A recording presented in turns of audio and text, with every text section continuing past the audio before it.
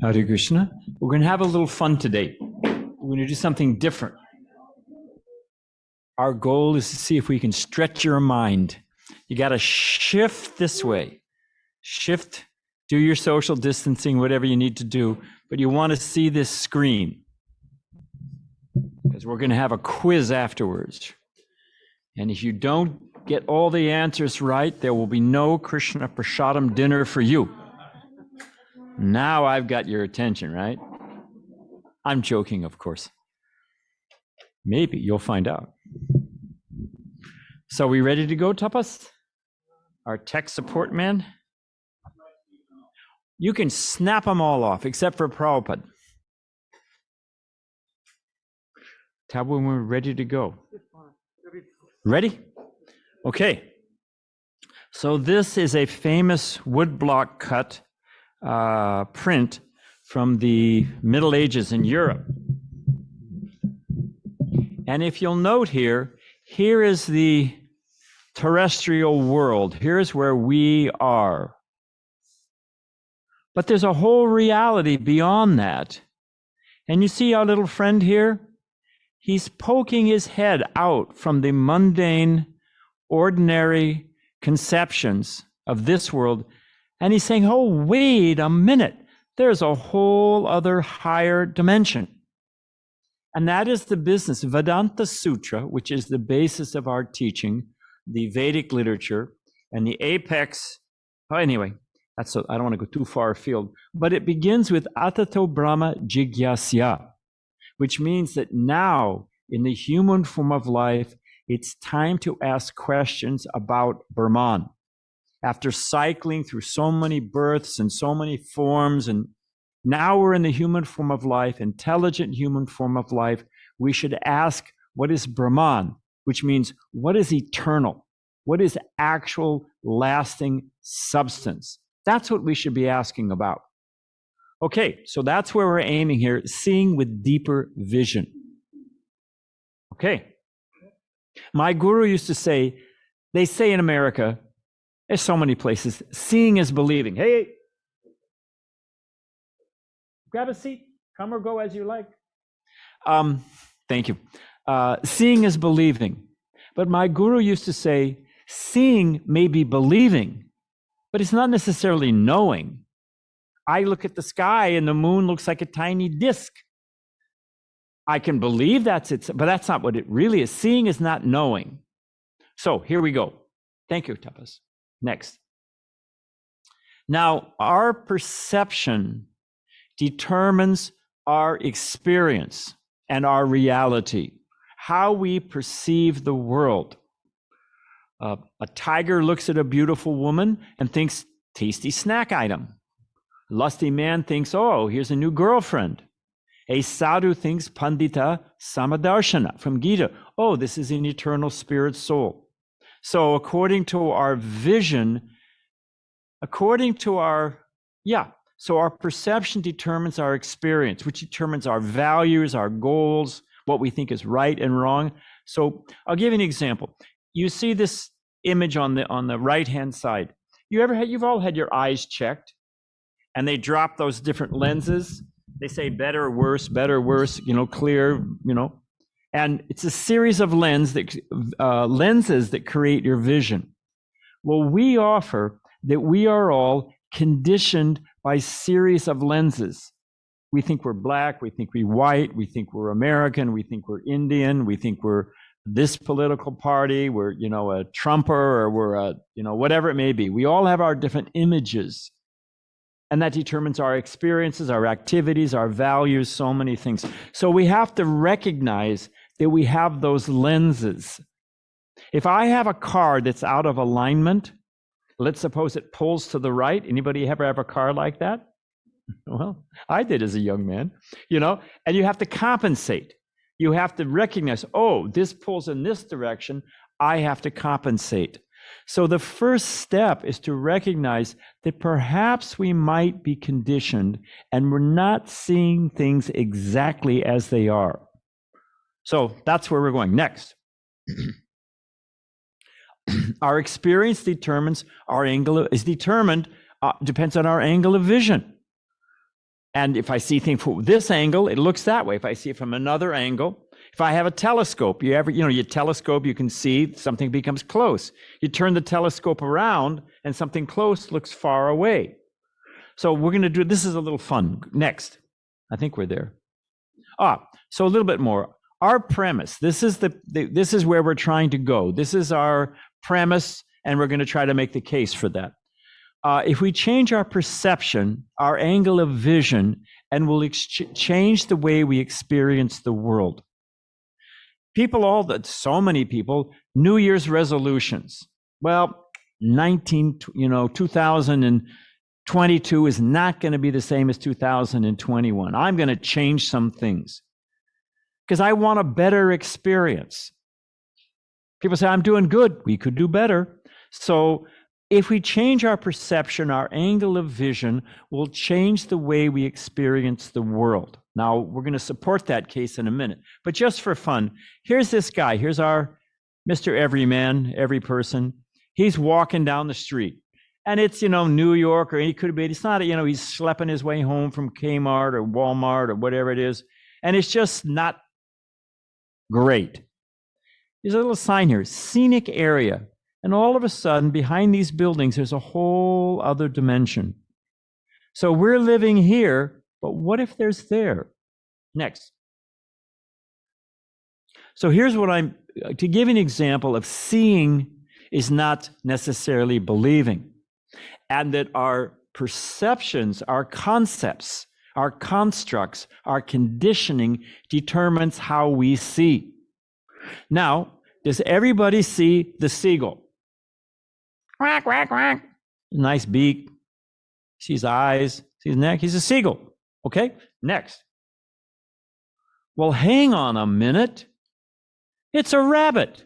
See the little ears, see the cute little bunny nose. See, it's a cute little rabbit. Go back. It's a seagull. Go forward. Rabbit.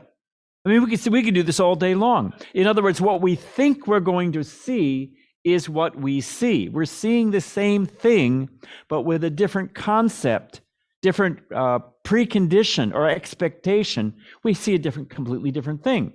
So seeing alone is not seeing. We're seeing through the lenses of what our expectations, our perceptions. Okay, next. Here's another one. My friends, which way are these birds flying? Well, if we focus on the white birds, it's obvious. They're flying to the right. Well, hang on a minute. What about these blackbirds? They're flying in the opposite direction. What we look for, what we expect, all of a sudden, that's what we experience. Experience is fluid depending on our expectations and concepts. Next. We only have a few more. This one's fun. Now, are we looking at a side view or are we looking at a front view? This will bend your mind. Take a few minutes. Front view, side view. Front view, side view. Depends on what you're looking for. It's a mind bender. Next. So Gandhi used to say, there's enough in the world for everyone's need, not their greed. And the fact of the matter is, here's what we actually need. See, it's not so much. Here's what we actually need. But what we want, because we're titillated and conditioned, and go into a grocery store next time you're there and see how many things are stamped new, improved. Well, they were selling me a product that previously they thought was great, right? New, improved. So we're always we'll get there in a minute. Next.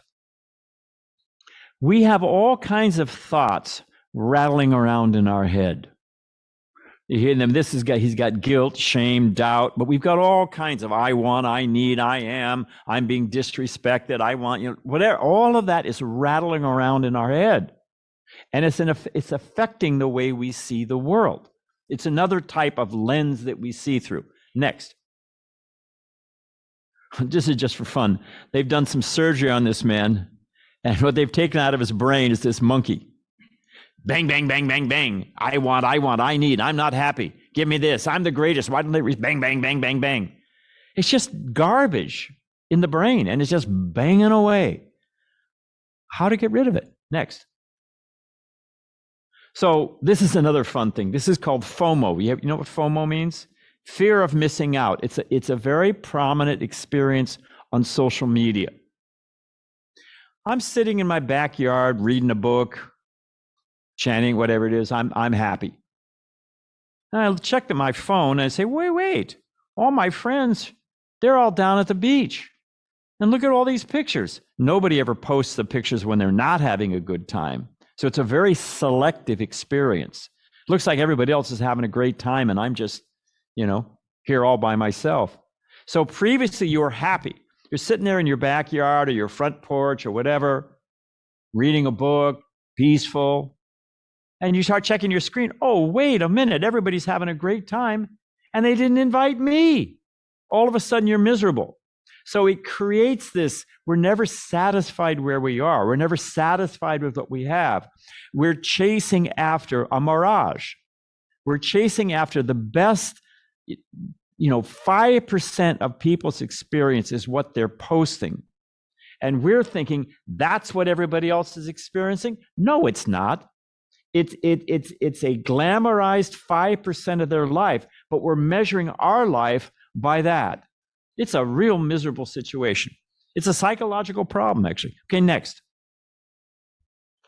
So in this way, we're setting ourselves up for all those things banging around in the head: stress, anxiety, anger, fear. And this becomes our reality. It just becomes a brewing stew of stress, anxiety, fear, sense of insufficiency. That's the ordinary experience of life to a large degree, with little punctuated moments of relief and a little bit of happiness. But this is the general reality. Next. So here's a classic. The average American under hypnosis can remember over 357 commercial jingles and slogans. That's rattling around in our head. Coke is the real thing. Oh, it's not. It's fizzy sugar water that rots your teeth and your stomach. It's not the real. It's the furthest thing from the real. Leave it alone for a few minutes. It uses all of its bubbly life. It's not the real thing. So here's a classic. I love this one. Nike, just do it. Sounds bold, sounds brave. Seize the day, just do it. Well, is it really such good advice? Shouldn't we think before we do it? We shouldn't live stimulus response. There should be a 5-minute warning delay, a fail-safe mechanism. Think before we do it. This is from the tarot cards. It's the famous, the Fool. So here's our handsome prince. It's a sunny day. He's got a flower. He's got his little dog, man's best friend. It's a great situation, isn't it? Just do it. But what is his situation? He's on the edge of a cliff and it's crumbling. So we should think. That's what we're asking. In the human form of life, Atato Brahma Jigyasya, ask. Next. Here's another setup. This actually happened to me. I was about 6 years old, and my mother was an older, a safer and more peaceful world that we're in about the 1950s, late 50s. And my mother would drop us off on the weekend, one day a week, at the local movie theater. And there was a double feature with an intermission and a cartoon and a newsreel. So my mother had us my older brother was with us. And so we were out of her hair for a couple hours. She could do whatever she needed to do, come back 2.5 hours, 3 hours later, pick up the kids.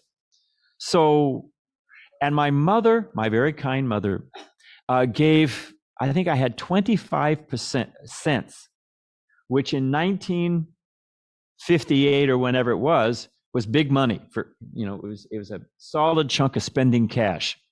And it was the first time I had a little bit of money and I could buy, my mother said, you get yourself some snack. You get some little treat or whatever. You're at the movie, you get a box of popcorn and a candy bar or whatever it was.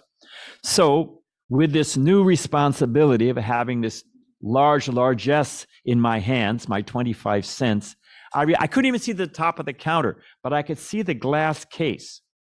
And in my lusty little calculations, I figured, okay, what's the biggest? What's the thickest? What's going to last the longest? How am I going to get the most bang for my buck? So I settled on, this is my anticipation and expectation. I settled on an almond joy bar. It looked thick, it looked long, chocolate wrapped. All right, I plunked down my money and they handed me the bar. And what happened? Next. Hang on a minute. These two little things can't, well, what the? The packaging was this big, but what came out was about this. I thought, hey, I've been cheated. I've been hosed, you know? And I remember my brother said, get used to it. That's what it's like. I thought, wait a minute. It's the first time I experienced somebody did not have my own best interests at heart. I was actually exploited, taken advantage of. But the point we're making is that we have an anticipation, we have an expectation, we have a buildup. But what are we actually getting? Well, it'll be better next time. I'll do it differently. I'll buy a different candy bar next time. Okay, next. Here's another classic. Conditions versus consciousness. This is Buffalo, New York, where they send the Eskimos for training. This is San Jose in the Caribbean. I had this experience personally. I flew from New York City, from JFK, down to Puerto Rico. We were helping set up our Latin language publishing house, our ISKCON, BBT, Prabhupada's books in Latin. So I was helping them set up their publishing house. In JFK, there was a poster like this, and it said, "Going nuts in New York City." All the pressure, all the chaos, the cacophony of humankind clashing against itself. Go to Puerto Rico. Tranquilo, tranquil, peaceful. It's a beautiful beach scene. There's always two pairs of footprints because nobody likes to be alone really for that long. So there it was. I swear to you, when I landed in Puerto Rico, San Juan Airport, before I even got out of the airport, before I even got my luggage, as you went down the escalator, there was a big poster of New York City at night. You got the picture, all the bright lights and everything. And the caption was, "Going nuts on this little island with nothing to do. Go to New York where the action is." And I was thinking, hang on a minute. Everybody in New York's thinking, well, if I could just get to Puerto Rico, I'd be happy. Everybody in Puerto Rico is thinking, if I could just get to New York, I'd be happy. So I thought, well, I've been in New York, I've been in Puerto Rico. Where was happiness? Was it halfway at 30,000 feet over Atlanta? Because I missed it. I flew right past it. So the point is, we're thinking that conditions will make, if I just get the right conditions. But Krishna says in Bhagavad Gita that this material nature is constantly mutable.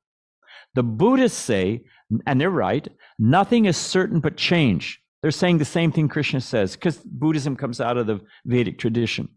So if our happiness depends on conditions, right place, right, I got to have enough right people, enough money, good health, so many factors. I used to surf before I became a devotee. Talk about ephemeral. The famous, anyone who surfs will know this. You would show up at the beach and they say, should have been here an hour ago. You got to have the right tide. You got to have the right weather. You got to have the right swell. You got to have the right break. Can't have too many people. So many factors, and then you'll be happy. But if the nature of this world is constant change, if conditions are changing and our happiness depends on conditions, then what does that say for our happiness? What'd you say? It's completely ephemeral. It's here today and gone tomorrow. But if our happiness depends on our consciousness, here's another one. If you don't take anything else home with you, we cannot control conditions. Try it. We can't even control the weather or anything. So we can't control conditions. But what can we control? How we react to conditions. We can't control conditions, but we can control how we react. So that's what we're talking about here. If our happiness depends on conditions, then as we used to say in California, you're cruising for a bruising. But if your happiness depends on your consciousness, that you take everywhere, that you have control of in every experience. So this is what we teach, what the Vedas teach, is the science of consciousness. Next. So here's the same thing I was talking about. Was it in Puerto Rico? Was it New York City? Was it over Atlanta at 30,000 feet? No. Next. So what to do? We have to challenge our accepted premises. Here's these two guys stuck on a desert island, right? Nowhere, how can they get out? They don't have a boat. One of the guys goes for a stroll and says, hey, wait a minute. It's only 6 inches deep. So that when they thought it was 15 feet deep or 20 feet deep, they're trapped. You can't swim across that. But when they realize, oh, wait a minute, it's only 6 inches deep. We can walk out of here. You change the perception, you change the experience, and you have to ask why. Why do I believe what I believe? Is that really true? The famous ask why 5 times. Then you'll get to the truth. Next.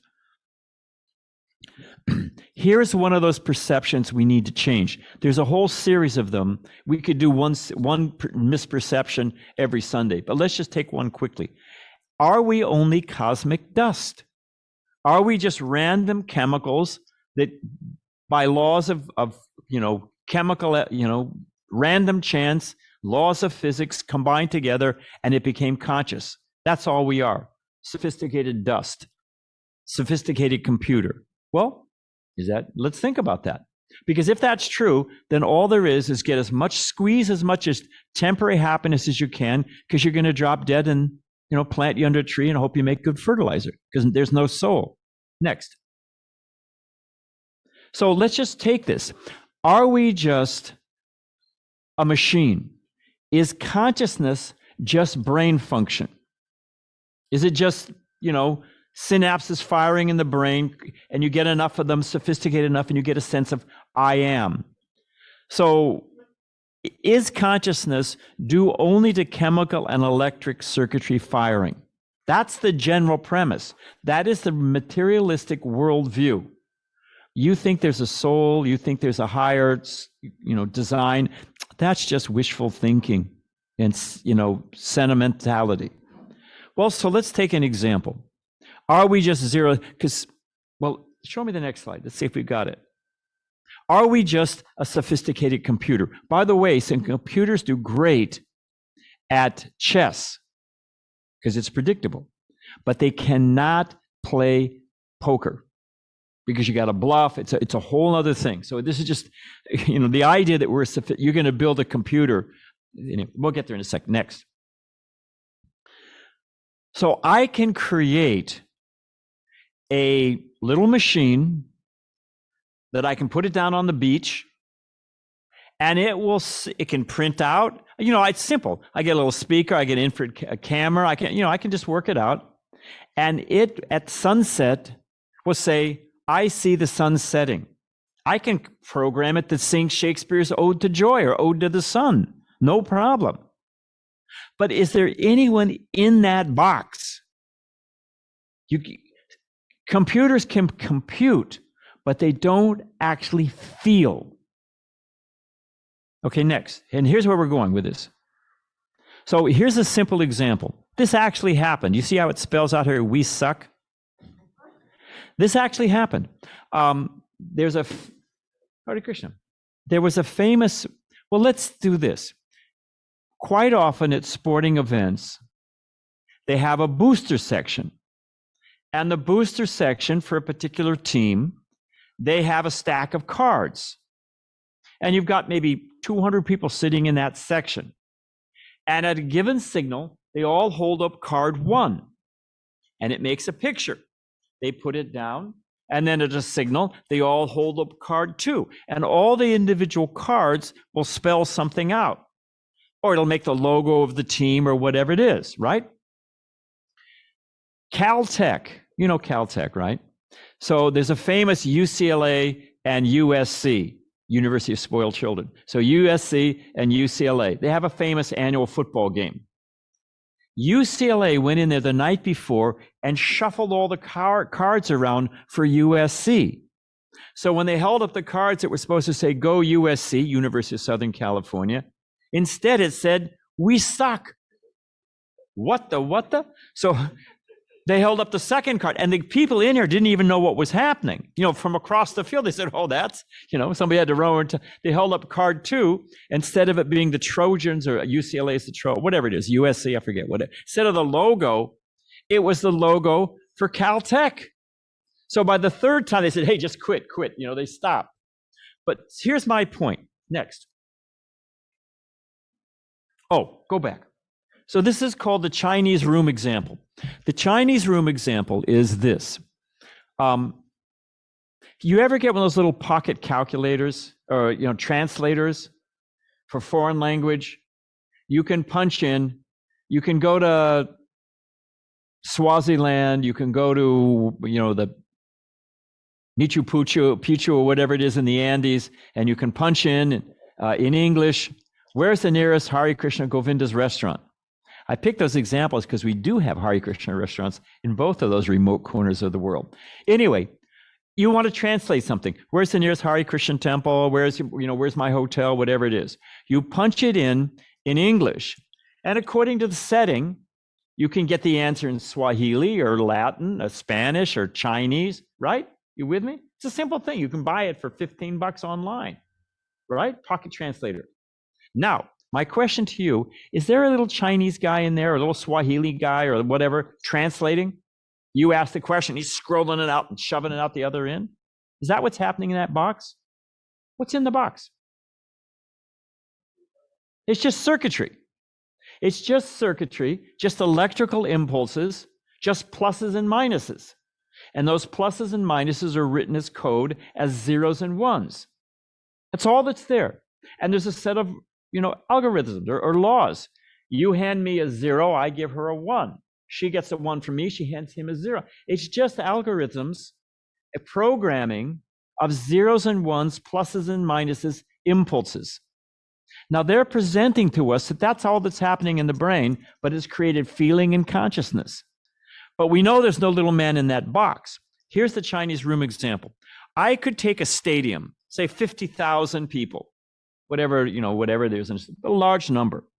In theory, I could program those 50,000 people that, if the person sitting next to me gives a 0, I give to a 1 to the row in front. If the one in front gives me a 0, I give a 1. I could program those 50,000 people in that stadium.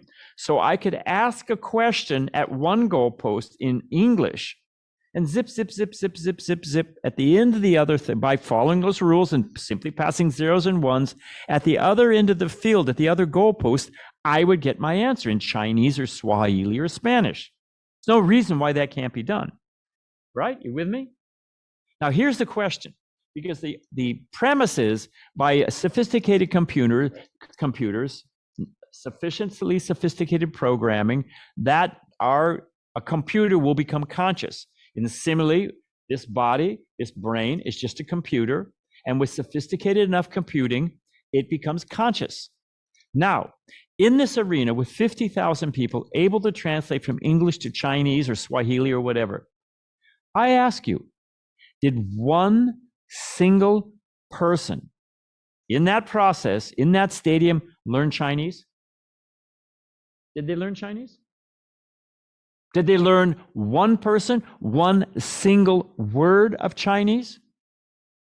Were they even conscious that they were translating Chinese? No. They were just passing zeros and ones according to the rules they were given. So why do we think the brain is a sophisticated computer and therefore it creates consciousness? It's completely bogus. The soul is present and works through the computer, works through the brain. Because you can say, well, if the brain gets damaged, well, then that affects your consciousness. Sure, if your computer crashes, you can't do your work. You've finished, isn't it? But that doesn't mean that when your computer crashes, you keel over and you're dead. You're completely separate. You're working through the computer. So consciousness is not due to brain function. It is a symptom of the presence of the soul, of the self. Next. So that's just one sample of the kind of perceptions we've got rattling around our head. Here's another one. How do you explain near-death experiences? You want a little homework when you get near-death experiences. You all know what they're like. There's reports of how they hovered above their body. They saw the operation, you know, and there's detailed descriptions. Go to Google, go to books. Ian Stevenson, Dr. Ian Stevenson. It's 24 cases suggestive of reincarnation. That's the name of the book. Now, Dr. Stevenson he's passed away now. He may be sitting in this room in another body. Dr. Stevenson was the head of the University of Virginia Medical School. Supremely qualified guy. University of Virginia is a very good medical school. He was the chair of the medical department. His personal field was cardiology. He said, interesting enough, he said, I saw people, many people have these out-of-body experiences. It was a phenomena happening so much that he couldn't deny it. So being a scientist and an honest man, what is going on here? Well, is it the anesthesia didn't work quite properly? You know, are they still halfway in, halfway out, and they're hearing, you know, or they watched enough medical shows but the detail, those are all groggy experiences. And they're draped. You can't see anything when they're doing heart surgery. And yet, each heart surgery is a little different. The patients who had these out-of-body experiences would explain, oh, the doctor dropped the scalpel, and the nurse picked it up and wiped it on it and go back at it, you know, or, oh, they had this problem or this. There's a whole conversation. They're able to narrate detailed conversations and events during the surgery that they could not possibly see. It's a phenomena that happens, out-of-body experiences, near-death experiences around the world. It happens. How do you explain them if we're just this body and just consciousness? So just for fun, don't believe me, I don't know what the cost is, but you know, it's a minor investment. Ian Stevenson, 24 cases suggestive of reincarnation. And he goes through this whole series of out-of-death experiences. And the only conclusion he can come to, anyway, you'll read it. It's a good book. Next. So Krishna explains it right here. The senses are superior to matter. Mind is higher than the senses. Intelligence is higher than the mind. And the soul is even higher than the intelligence. And here's the analogy. You've got horses, you've got reins, you got the driver, you got the carriage, and you've got the passenger here. Now, the horses are compared to senses. They're pulling us out in the world. The mind is compared to the reins. It takes that raw data from the senses and puts it into different menus. Oh, it's hot, it's cold, you could enjoy like this, you could taste this, watch out for that. It puts that raw information into packages. And then the intelligence pictures what the mind presents those packages to the intelligence, which is the driver. And then the driver, the intelligence says, oh, we're going to go this way, go that way, pick that package, avoid that package. That's what's happening. And all of this, the body is the carriage. And all we are is the passenger. We're not the senses, we're not the mind, we're not the driver, but we're simply the passenger. And in this case, if you let the horses go wild, you've all seen the movies, the stagecoach is just about to go off the cliff. So if you let the senses run wild, you're going to go right off a cliff. And here's the soul. What's happening? Next.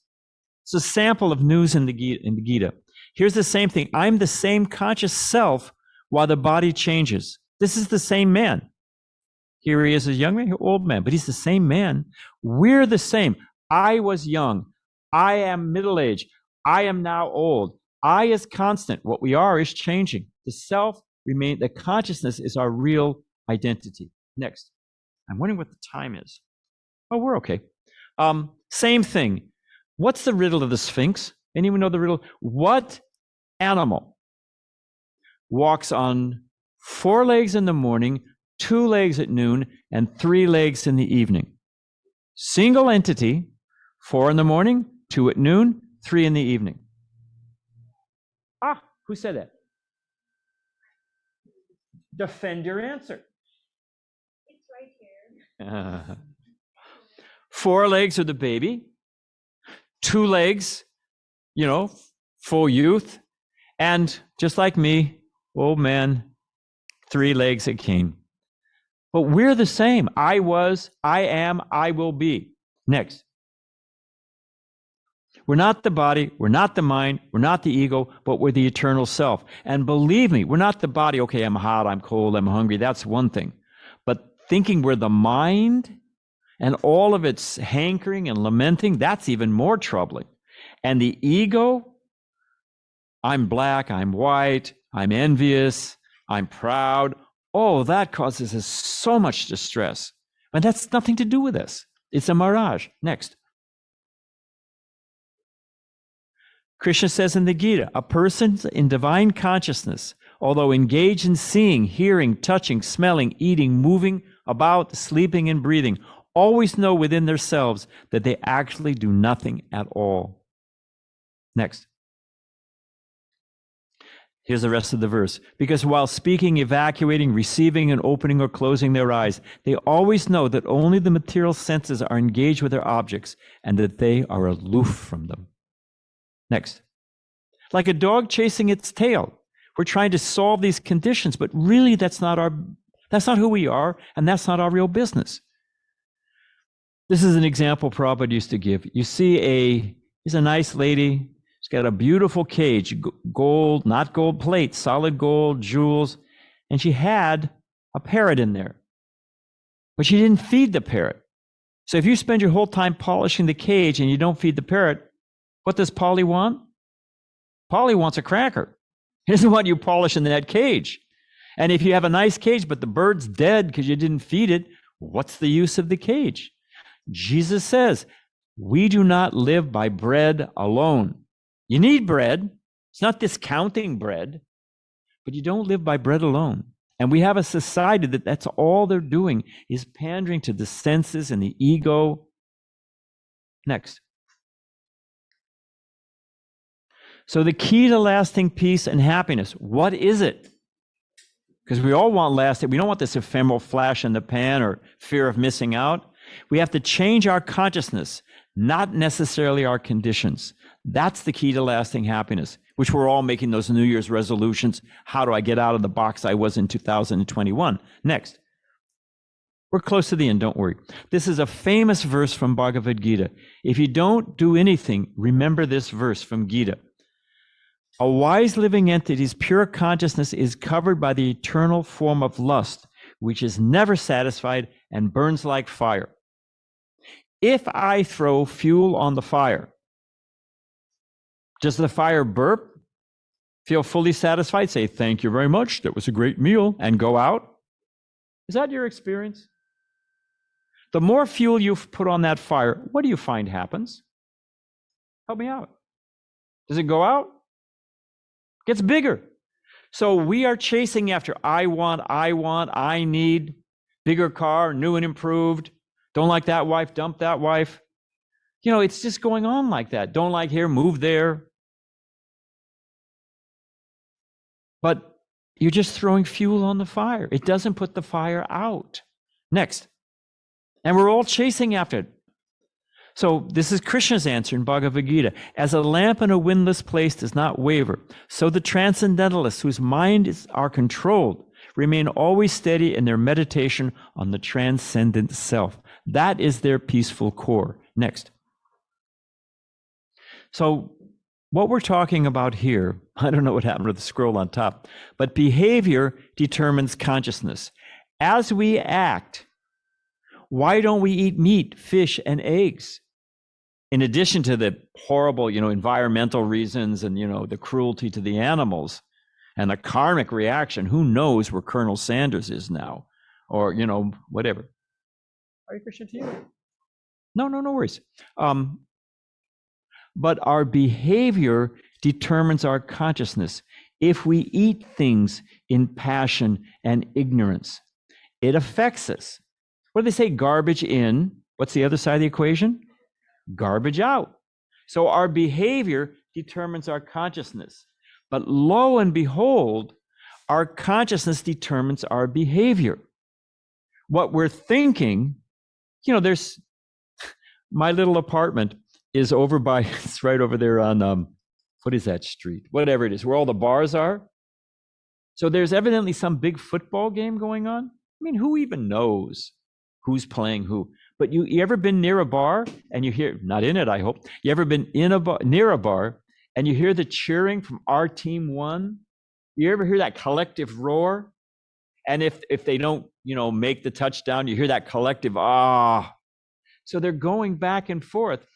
Our consciousness determines our behavior. If we think, oh, go whatever it is, Padres. So our consciousness will determine what our behavior is, and our behavior compounds that by affecting our consciousness.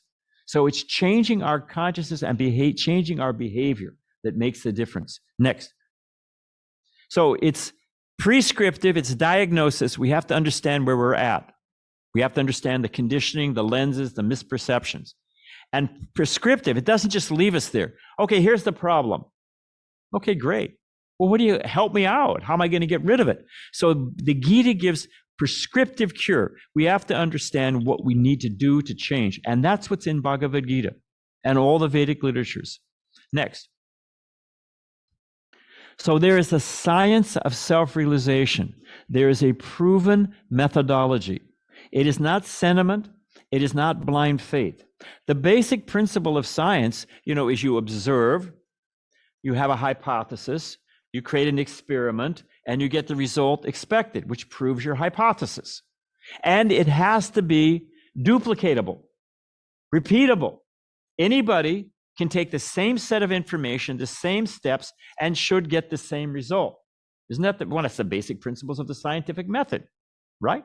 There's no blind faith or mental speculation or wishful thinking there. There is a similarly there, just as there's the study of the external world, chemistry, physics, so many different things. There's also studies of the internal realm, the science of consciousness. And they have their lab books. We have the Vedic literatures. They have your teachers. You want to get a PhD, you have to be a surrendered soul to your PhD, teacher.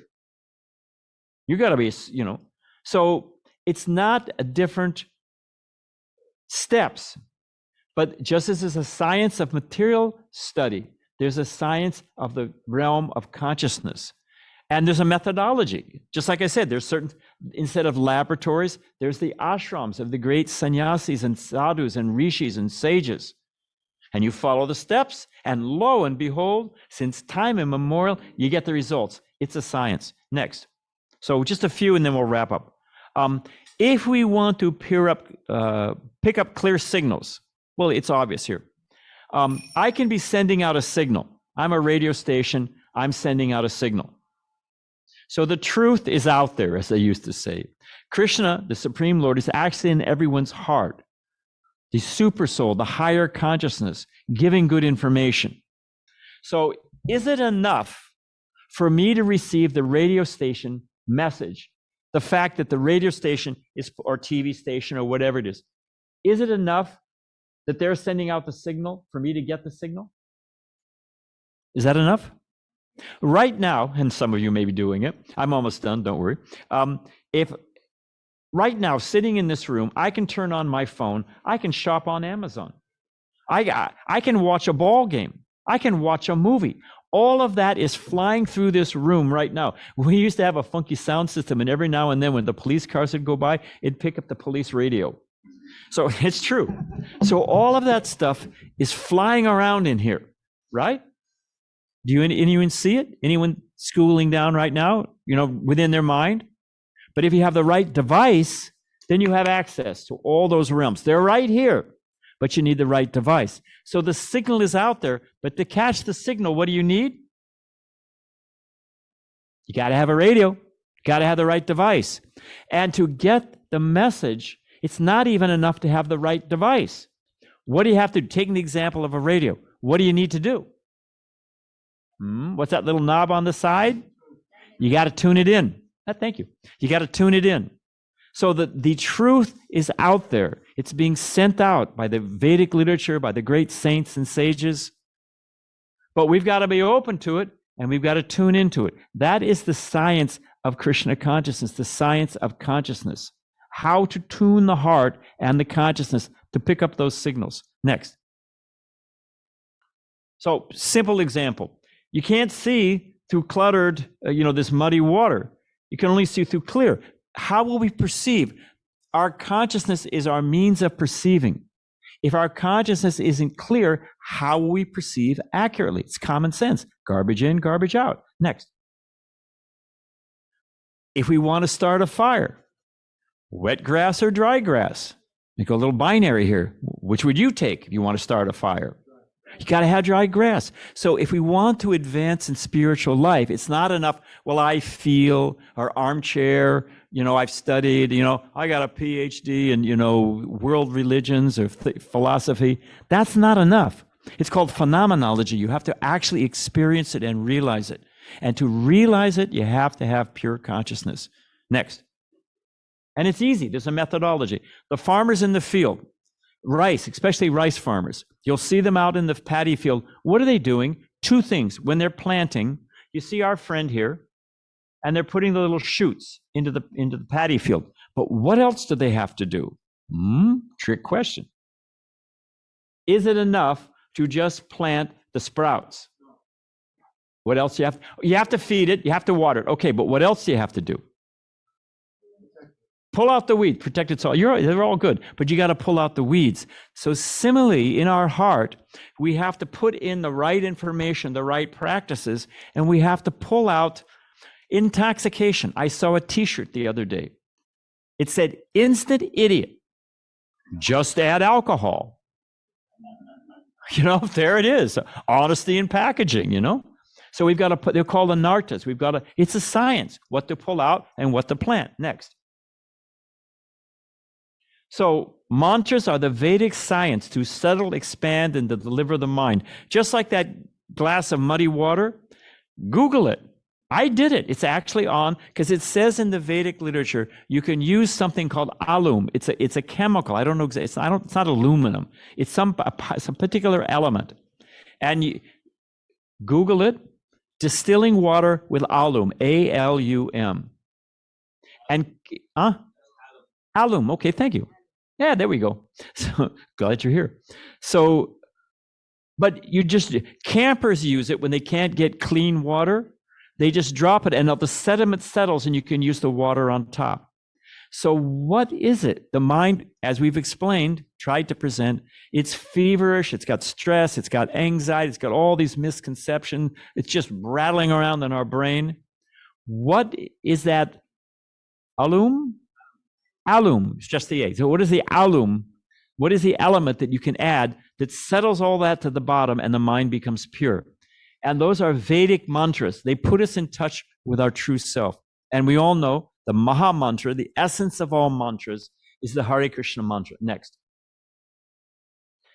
Japa meditation. This is something you want to start 2022 and have it different than 2021, then go to the root of the problem. The root of the problem is our consciousness and because that will determine everything else.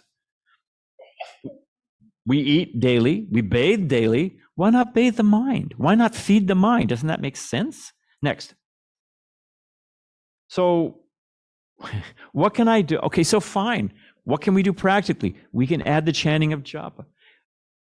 The Bhagavad Gita is the user's guide for this world. It's my favorite example. I'll use it again. Libby's canned corn, canned vegetables. Of course, we use fresh. If you want to live a long life, use fresh. Offer it to Krishna. But Libby's canned corn had the instructions on the label. Open can, put in saucepan. I swear, right? It's still there. Open can, put in saucepan, heat to taste, stirring constantly or periodically. Well, come on, a trained chimp could do that. So the people at Libby's canned whatever determined, why use this valuable space on our label for what a trained chimp could do? Why don't we just use that space for advertising? They took it off. You know what happened? They were flooded. Their website almost crashed. People are, sticking the can in the microwave. People are, whatever. So even the simplest thing, they're out there voting for president and driving cars. Think about that one for a moment. But point I'm trying to make is even the simplest thing, a can of canned vegetables has the instructions on it. Now, if we accept that there's a designer of this world, that's a whole other class for some others. It's profoundly logical. It's the only reasonable conclusion, actually. But it comes with no owner's manual, no operating, no instruction. Hey, just work it out, my friend. Throw you in the deep in the pool and hope you learn how to swim. Rather, there's Bhagavad Gita is the operator's manual, how to function in this world and be happy. We're not alone. We've got Bhagavad Gita. Just have to take advantage of it. Next. And we have tech support. Ask a Monk.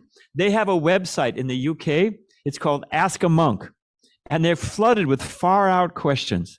So we're here. That's what the devotees live for. We have Bhagavad Gita class. We have the Krishna Lounge. We have a morning class. We have the Sunday program. You can call a devotee, email, text, whatever it is.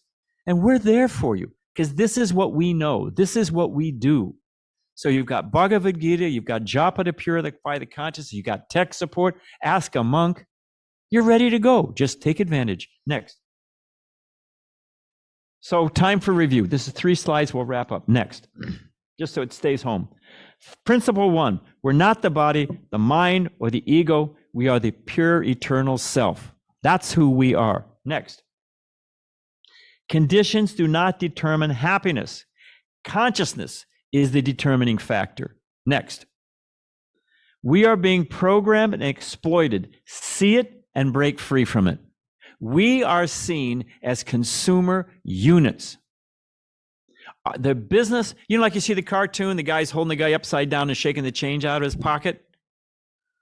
Well, the best and brightest of American minds, many of them, are studying how to create desires in your heart. My father was a businessman. He was a good man. I don't criticize him. But his mantra was, create a need, then fill it. It's quite insidious when you think about it. I'm cruising along perfectly happy. Create a need, then fill it. And we are just like a hamster on a wheel. We should break that cycle and realize, what do we actually need, not what we think we want. Next. Catch you off guard, huh, Tapas? Okay, so news we can use, Bhagavad Gita. That's the other thing. Read the Gita. Okay, next. So unlock and discover our full and actual potential, the potential of the self, of the soul. That's the real purpose of life. Next. So I don't think, we've got a few minutes. You want to hit the lights? And we could take 7 minutes worth of questions if anyone have any. Yeah, let there be light, as it says. Thanks, Tapas. No, we're done. It's cool, we're done. I hope it didn't blow your gears. Does anyone have any question, a reflection, any thought on this matter? Yes, ask away. First of all, I bow down my head to all what you have said and what I have. Thank said. you. Yeah. Now the question, given my nature, here's the question. So what are you going to do? I'm just joking with you. But people say, oh, I believe in God. I love God. I pray to God. So what? What are you doing for God? So in a similar fashion, it's news you're meant to use. So thank you. Okay. I'm not joking. That's a general service announcement. Okay, this is not a question, but my curiosity is that. Yes. And my mind has been revolving to this curiosity many times. Good for you. First of all, well, in this material world. We don't have another mic, do we? Sorry. And because we only have a few minutes, if you could get to the heart of the question. Yes. We don't need much setup. We just need the question. Oh, I see. Yeah. Thank you very much. Oh, that's it. Thank Yeah. you. First of all, I beg excuse for my sound because of my throat. Yeah. All right. My side. So do you have a question? The question is that, yeah. Thank you. The question is that, yeah, because the question would be a sort of long. Out with it, my friend. Because we live in material world, and it has been apparently seen that Hold the mic so they can hear you. the consciousness shelters inside the body. He's all right. He's all right. So what's your question? So it has been seen. We are seeing in this. Maybe world seen by you. actually that We don't that see it that way. The consciousness is seen inside the body, and when we leave the body, we don't see the consciousness, but there is the existence of consciousness. I have not heard a question yet, but that's all right. Yeah. Do you And- see the sun right now? And Do you see the sun right now? sorry, We got to move on to other people, if you don't mind. Do you see the sun right now? sunrise, Sun. Do you see the sun at this moment? Can you see the sun? sun. That luminary, that big yellow thing in the sky? Yeah. Do you see it right now? Right now. It's a pretty simple question. Well, I can imagine that, but I have not seen My the point is that luminous- just because we don't see My it, question is, Yes, sir. the- I'm waiting. It has been seen that the consciousness, the perception to feel the consciousness and to introduce the consciousness is inside the body. And when we leave the body, the consciousness When- goes when- on. when we leave the body, the Okay, consciousness. we'll talk later on because I don't know if we're quite hitting it here. Yeah. I must be misunderstanding Yeah, something else. that Does time- anyone else have a question? that I'll come to you later. Don't worry, I'll come to you later. We'll sort it out later on. Anybody else have a question? If that didn't scare you off, I'll be gentle, I promise. I can ask a question, Maharaj. Yes. Is believing different than having faith in something? It being seen as believing. So how do we know what to Well- develop faith in? We will not discount the value of faith. Rather, faith is the seed. I have faith that my legs are going to work. Therefore, I'll stand up. I have faith that gravity is a permanent status. I'm pretty confident. I don't have a seatbelt on here. You know, I'm pretty confident it's going to work. So there is faith, but faith should be confirmed. I can have faith. I can't be like Mr. Magoo. If I don't believe in gravity, it won't work. You know, I can walk off a bridge and I look down, then I fall. So faith is the very thing that gets us out of bed in the morning. I have faith in the laws of chemistry. I have faith if I eat, my hunger will be satisfied. So faith is an essential gestation, beginning point. But faith needs to be confirmed. And that's what the whole, it's called sadhana. Sadhana means the practice of spiritual life. In the beginning, we have some faith. But I'll give you another example, and then we'll move on.